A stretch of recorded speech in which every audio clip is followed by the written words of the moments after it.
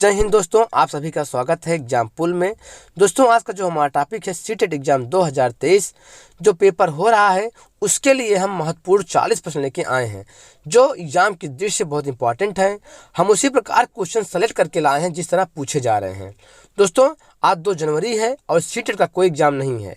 तो यदि आप हमारे चैनल पहली बार आए हैं तो आप हमारे चैनल सब्सक्राइब कर दीजिए, लाइक कर दीजिए, बेल आइकन को प्रेस कर दीजिए, क्योंकि हम आपके लिए इसी तरह अच्छे अच्छे क्वेश्चन लाते रहेंगे।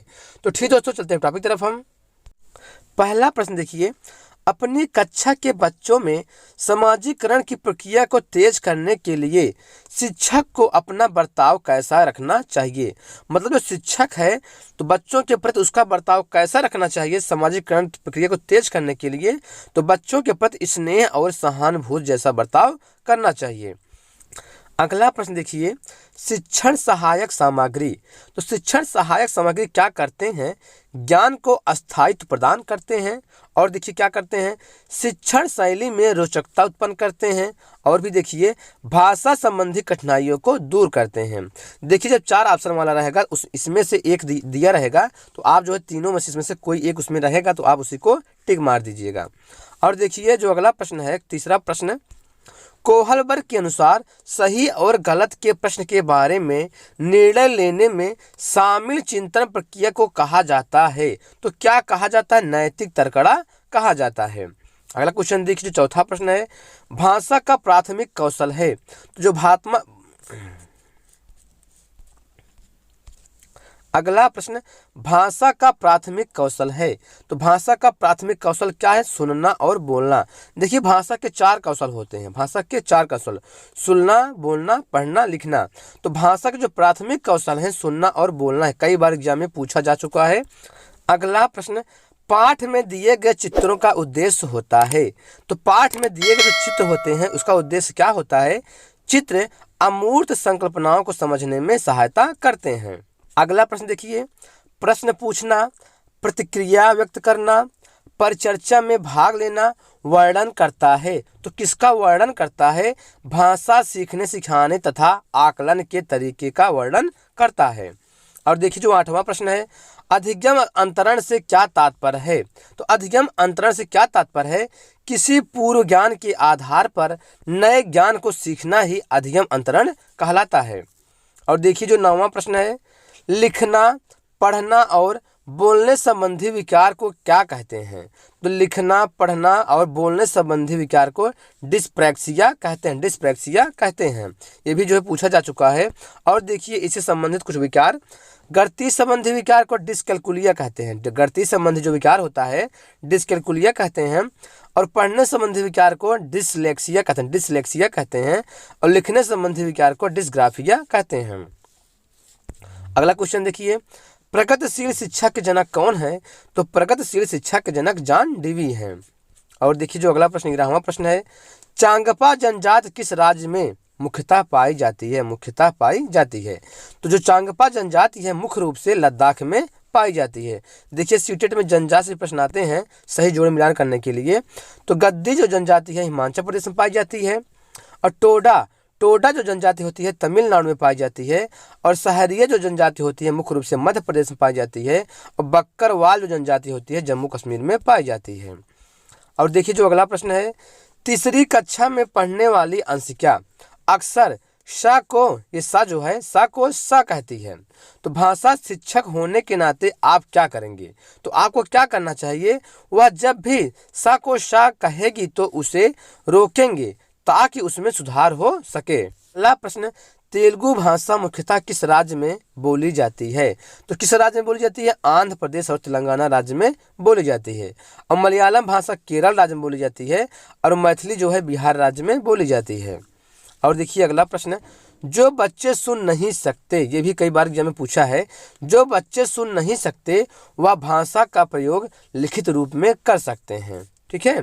और देखिए जो अगला प्रश्न है 15वां प्रश्न, सृजनात्मक चिंतन कहलाता है। तो सृजनात्मक जो चिंतन होता है अपसारी चिंतन, तो अपसारी चिंतन को जो है सृजनात्मक चिंतन भी कहते हैं। अगला क्वेश्चन देखिए, जैव विविधता दिवस कब मनाया जाता है? तो जैव विविधता दिवस जो है 22 मई को मनाया जाता है। अगला प्रश्न, प्रयोगशाला विधि में, तो प्रयोगशाला विधि में बच्चा क्या करता है, बालक नियम तथ्यों व सिद्धांतों की स्वयं जांच करता है। तो प्रयोगशाला में जो है बालक नियम तथ्यों सिद्धांतों की स्वयं जांच करता है। अगला क्वेश्चन देखिए, बहुभाषी कक्षा से तात्पर्य है। तो बहुभाषी कक्षा से क्या तात्पर्य है, जिन कक्षा में कम से कम 2 भाषाओं में पाठ्य पुस्तक उपलब्ध हो, ठीक है, यही बहुभाषी कक्षा से तात्पर्य है। अगला क्वेश्चन देखिए, वाइगोत्स्की के अनुसार बच्चे सीखते हैं। तो वाइगोत्स्की के अनुसार बच्चे कैसे सीखते हैं, तो कैसे सीखते हैं, समवयस्कों, वयस्कों और समवयस्कों के साथ परस्पर क्रिया करके सीखते हैं। बांस नृत्य किस राज्य के लोक नृत्य के अंतर्गत आता है, तो मणिपुर, तो मणिपुर के अंतर्गत आता है। और जो बांस नृत्य होता है ये कुकी जनजाति द्वारा की जाती है। और देखिए जो लोक नृत्य है कुछ, तमाशा लावड़ी, तमाशा और लावड़ी महाराष्ट्र का लोक नृत्य है। कालबेलिया जो है राजस्थान का है। और देखिए गिद्दा, गिद्दा जो लोक नृत्य है हिमाचल प्रदेश का है। और देखिए जो अगला प्रश्न है, सतत और व्यापक मूल्यांकन का अर्थ है। तो सतत और व्यापक मूल्यांकन का अर्थ क्या है, विद्यालय आधारित मूल्यांकन जिसमें बाल विकास के सभी पहलू शामिल हों। अगला क्वेश्चन देखिए 22 प्रश्न, आपकी कक्षा में कुछ विद्यार्थी सड़क को सड़क बोलते हैं। ध्यान से पढ़िए, आपकी कक्षा में कुछ विद्यार्थी सड़क को सड़क बोलते हैं, इसका सबसे संभावित कारण क्या है। तो इसका जो सबसे संभावित कारण है उनकी मातृभाषा का अभाव, उनकी जो मातृभाषा का प्रभाव है। अगला प्रश्न, आपकी कक्षा में कुछ विद्यार्थी सड़क को सड़क बोलते हैं, तो इसका सबसे संभावित कारण क्या है। तो इसका जो सबसे संभावित कारण है उनकी मातृभाषा का प्रभाव है। और देखिए जो 23वां प्रश्न है, लोसर उत्सव किस राज्य से संबंधित है। तो जो लोसर उत्सव है किस राज्य से संबंधित है, सिक्किम राज्य से संबंधित है। और देखिए कुछ उत्सव, बैसाखी पंजाब राज्य से संबंधित है, पोंगल तमिलनाडु राज्य से संबंधित है। और छठ, जो छठ पूजा होता है बिहार राज्य संबंधित है। और गणेश चतुर्थी, गणेश चतुर्थी जो है महाराष्ट्र संबंधित है। और ओणम, ओणम जो है केरल राज्य से संबंधित है। अगला क्वेश्चन देखिए, भाषा सीखने का व्यवहारवादी दृष्टिकोण किस पर बल देता है। तो भाषा सीखने का जो व्यवहारवादी दृष्टिकोण होता है किस पर बल देता है, अनुकरण पर बल देता है। अगला क्वेश्चन देखिए, पत्र पत्रिकाएं भाषा सीखने में क्या हैं। तो पत्र पत्रिकाएं जो होती हैं भाषा सीखने में साधक होती हैं। अगला प्रश्न, आत्मसातीकरण और समायोजन के माध्यम से बच्चा कई रूपरेखाओं का निर्माण करता है, यह विचार किसका है। यह विचार किसका है, जीन पियाजे का है। ये बहुत इंपॉर्टेंट है, कई बार एग्जाम में ये भी पूछा जा चुका है। अगला प्रश्न, राधा हिंदी भाषा में बोलते समय कई बार अटकती है, तो आप क्या करेंगे। तो आप एक शिक्षक हैं तो आप क्या करेंगे, धैर्य रखते हुए उसे सहज अभिव्यक्ति के लिए प्रोत्साहित करेंगे। मतलब उसको धैर्य रखते हुए आराम से बोलने के लिए कहेंगे। जब वो बच्ची आराम से बोलेगी तो क्या होगा, उसका जो भाषा होगा बोलते समय आराम से निकल जाएगा और अटकेगा नहीं। और देखिए जो 28वां प्रश्न है, उपचारात्मक शिक्षण की सफलता निर्भर करती है। तो उपचारात्मक जो शिक्षण है उसकी सफलता किस पर निर्भर करती है, क्या है उसका आंसर देखिए, समस्याओं के कारणों को सही पहचान कर। उत्तर देखिए अगला प्रश्न, भाषा की पाठ्य पुस्तक में सबसे महत्वपूर्ण पक्ष क्या है। तो भाषा की पाठ्य पुस्तक में जो सबसे महत्वपूर्ण पक्ष है पाठों का उद्देश्यपूर्ण चयन। अगला प्रश्न, मुहावरे और लोकोक्तियों का प्रयोग करना तो भाषिक अभिव्यक्ति को प्रभावी बनाता है। और देखिए जो 31 प्रश्न है, भाषा शिक्षण में खेल का महत्वपूर्ण स्थान है, क्योंकि खेल जो होते हैं भाषा को क्या देते हैं, विस्तार देते हैं। तो ये बहुत इंपॉर्टेंट है, कई बार ये भी पूछा जा चुका है।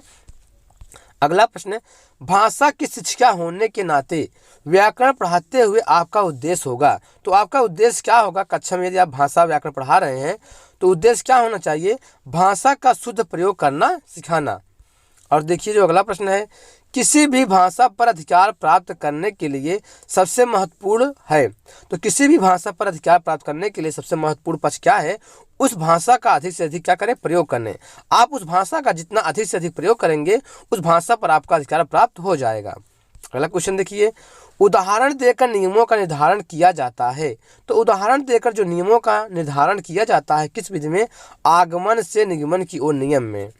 और देखिए जो 35 प्रश्न है, कविता पाठ करवाना किस सिद्धांत के अंतर्गत आता है। तो कविता पाठ जब कराया जाता है बच्चों से तो क्रियाशीलता का सिद्धांत के अंतर्गत आता है, मतलब बच्चे क्या हैं, एक्टिव हैं। तो ठीक दोस्तों, इस तरह हमारा वीडियो कंप्लीट हुआ। तो यदि आप हमारे चैनल पहली बार आए हैं तो आप हमारे चैनल सब्सक्राइब कर दीजिए, लाइक कर दीजिए, बेल आइकन को प्रेस कर दीजिए, क्योंकि हम आपके लिए सीटेट का इसी तरह अच्छे अच्छे क्वेश्चन लाते रहेंगे। तो ठीक दोस्तों, आज इतना ही।